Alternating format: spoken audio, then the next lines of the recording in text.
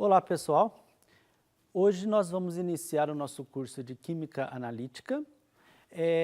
A Química Analítica, ela é uma ciência determinada como ciência das separações e tem como definição a ferramenta principal de identificar, quantificar espécies químicas. A química analítica, ela se divide em química analítica qualitativa, como o próprio nome já diz, é a área da química analítica que usa para identificar elementos ou compostos em uma determinada amostra.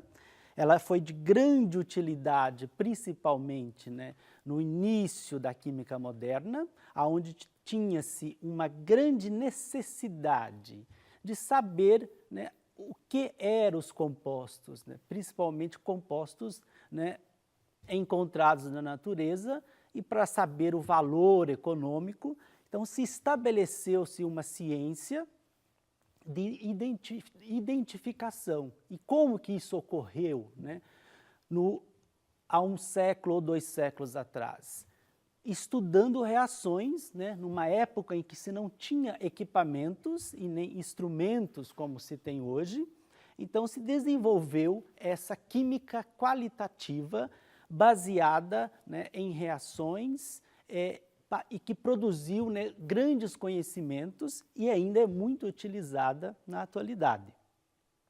E temos a química analítica quantitativa, que é a área da química analítica em que nós temos que saber, além o que é, mas o quanto é desses compostos. Muito utilizada hoje, principalmente na área de saúde, que você tem que saber quanto tem de um fármaco, quanto tem de um pesticida num alimento, quanto tem de um poluente no ar que respiramos e assim por diante. Então, a química analítica como ciência, ela é a ferramenta necessária para identificar e quantificar compostos e substâncias nas suas mais diferentes matrizes que nós chamamos. Matrizes nada é a nossa amostra, ou local aonde nós precisamos identificar. Pode ser o solo, pode ser um fármaco, pode ser um fluido biológico que você vai a um laboratório analisar como uma urina ou como um sangue. Bom, então, como deu para perceber nessa rápida explanação, a química analítica, ela é uma ferramenta que não está restrita à química, mas ela está abrangente nos mais diversas áreas de conhecimento, na biologia, está na botânica, na genética. Para você saber o código genético, são ferramentas analíticas que você analisa o DNA. Para isso nós usamos as ferramentas de biologia molecular e assim por diante. Na própria química, nós temos a bioquímica, química inorgânica, química orgânica, físico-química. Nós precisamos de ter todos os parâmetros físico-químicos da água que nós bebemos, que nós consumimos. Então, ela está presente na física, como você vai analisar um meteorito, a composição, usando ferramentas analíticas daquelas que nós acabamos de descrever, tanto qualitativamente como quantitativamente.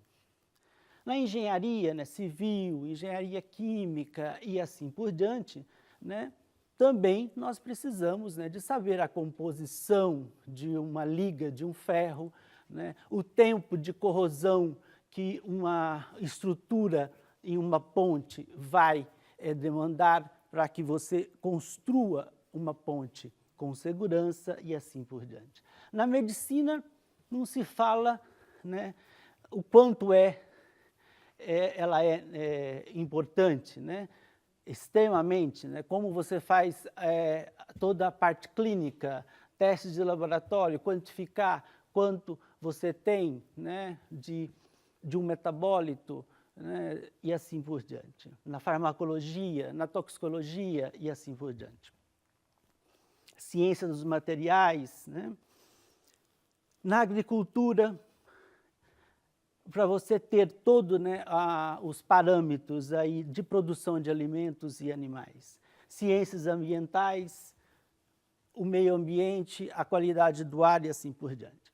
Então, aqui nós temos uma noção da abrangência do papel da química analítica, né, nos mais diversos setores de aplicação, como uma ferramenta. Então, entender a química analítica se faz necessária, né, para ter a noção dessa dimensão.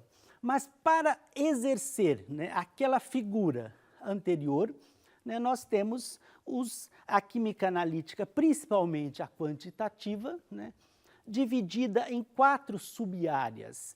Essas sub-áreas nós vamos discutir ao longo do nosso curso, né, de todas as aulas, que são como os experimentos se organizam, né? Nós temos os métodos gravimétricos, os métodos volumétricos, métodos eletroanalíticos e os métodos espectroscópicos.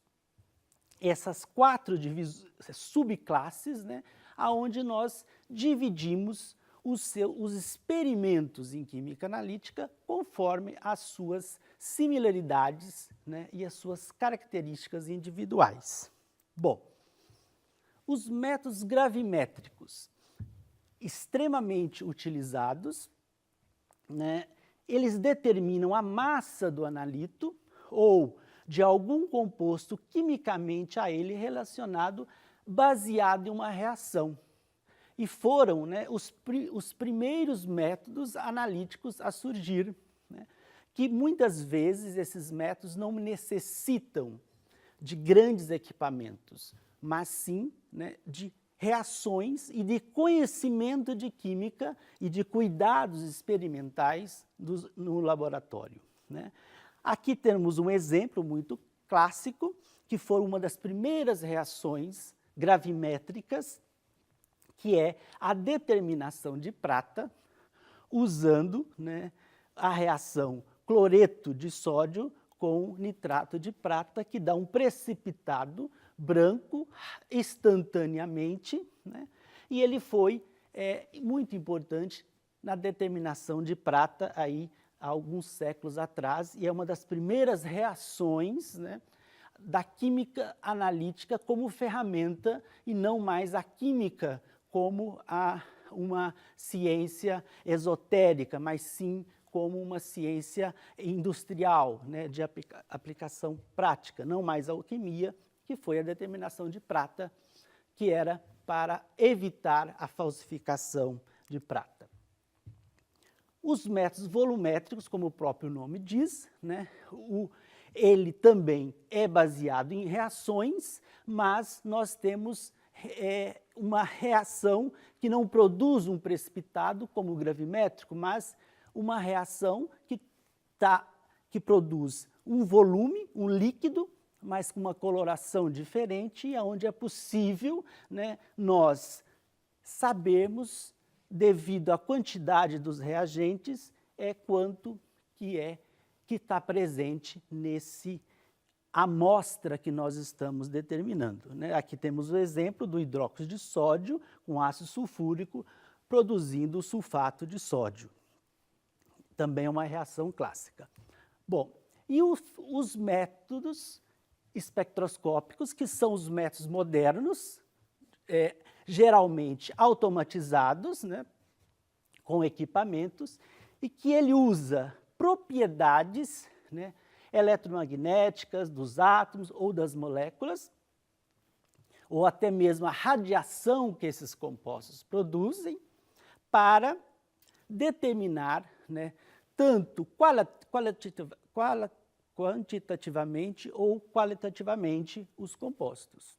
Bom, Essas ferramentas, né, somadas mais recentemente com os métodos eletroanalíticos, também considerados métodos instrumentais, são os métodos que usam, né, os métodos eletroanalíticos, as propriedades elétricas dos compostos, também para a determinação quali e quantitativamente. Bom, esses dois últimos, os espectroscópicos e os eletroanalíticos, eles são equipamentos. Podem ser equipamentos simples, né, como um eletrodo, ou grandes equipamentos para a determinação desses compostos.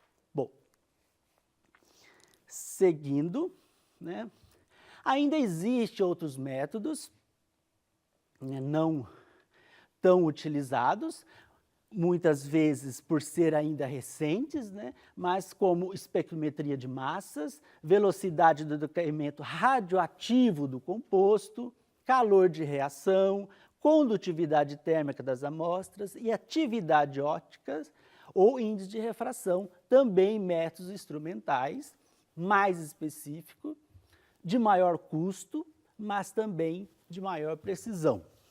Que na parte final do curso nós vamos discutir algumas dessas ferramentas, né? Principalmente a espectrometria de massas, que é uma ferramenta analítica que tem crescido e de grande importância na indústria de alimento e na indústria farmacológica. Bom, mas para ter sucesso, né, em uma análise química, nós temos que ter uma série de cuidados.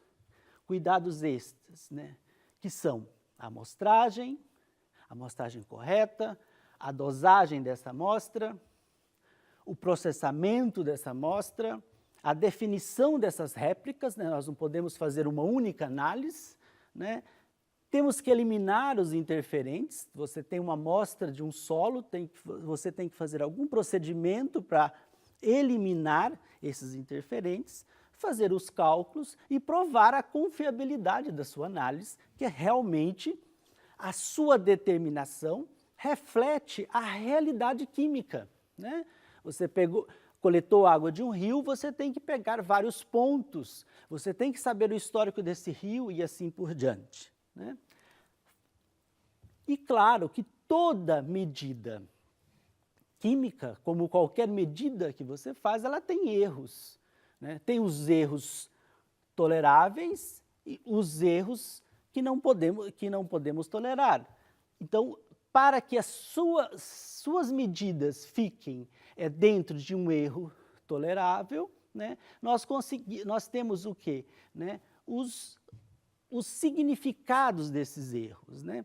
Nós temos que ter, né, principalmente, saber, né, o valor esperado, né, e o valor medido que você tem, né, que são o valor verdadeiro e o valor determinado, que é o conhecido. Para isso, nós sempre usamos o quê? Materiais de referência para nós sabermos que o que nós estamos realmente determinando realmente é verídico, não existe um erro, né, tanto de cálculo quanto de amostragem. Bom,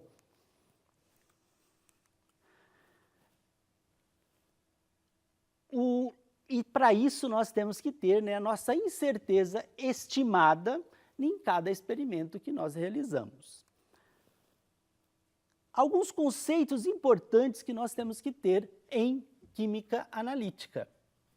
Quais são esses conceitos, né? A réplica, que são a quantidade que você repete no seu experimento, né? Você tem que fazer pelo menos 2 vezes, mas dependendo do experimento você faz 5 vezes a mesma coleta e a mesma medida, né? Seguindo mesma forma, o mesmo jeito, reproduzindo, conceito de reprodução. A média que você vai ter em função das suas réplicas, você vai ter um valor médio, que você não pode uma hora ter 10, outra hora 100, outra hora 1000, você vai ter que ter próximo de um valor, né?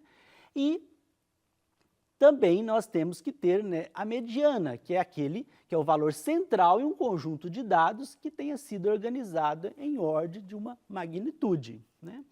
E a precisão, que é a proximidade dos resultados em relação aos demais, obtido exatamente da mesma forma.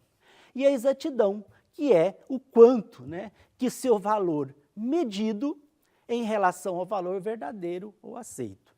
Então, esses são conceitos quando você está em química analítica fazendo um experimento, quer seja ele de qualquer uma daquelas categorias que apresentamos inicialmente. E aqui nós temos uma figura onde nós temos a ilustração, né, da exatidão e precisão. Nós temos aqui, né, baixa exatidão e baixa precisão, né, um conjunto de medidas espalhadas, cada hora ele está tendo um valor. Nessa figura, nós temos, né, baixa exatidão, porque aqui é o valor correto, mas ele tem todos os valores, né, ele está preciso, quer dizer, você está errando a mesma coisa, mas sempre. E aqui você tem uma situação que você tem alta exatidão e baixa precisão, né? Ele está bem distribuído, mas não está próximo do valor ideal. E aqui a situação ideal, onde você tem alta precisão e alta exatidão. Bom, e finalmente o erro relativo, que é o quanto você tem das suas amostras variando em função do valor, né, do valor esperado, do valor verdadeiro, que geralmente você coloca ali em porcentagem, o quanto ele varia em função do que você tem, né, como o valor médio, né? Então, essa situação, né, você tem que ter ele quanto menor, né, quanto menor esse erro relativo, melhor está sendo a sua determinação, quer dizer, a sua medida, e também próximo ao seu valor de referência, que é aquele valor de um padrão conhecido que você utilizou. Então, aqui nós temos uma situação, né, real da determinação por um analista, né, de um fármaco, onde nós temos as diferentes situações, né? Aqui é a mesma explicação daquele exemplo de pizza, né? Mas aqui é a situação onde nós temos, né, isso aqui é o valor correto e onde nós temos esse analista 1 com todas as medidas próximas do valor ideal do que se tem, né? E aqui os outros analistas que têm maiores erros devido, né, esses são erros do processo de medida, onde são causas principalmente de falta de cuidado. Bom, aqui nós temos, então, essa ideia geral nessa aula do conceito de química analítica e aonde abordamos, né, os principais conceitos em química analítica. Obrigado.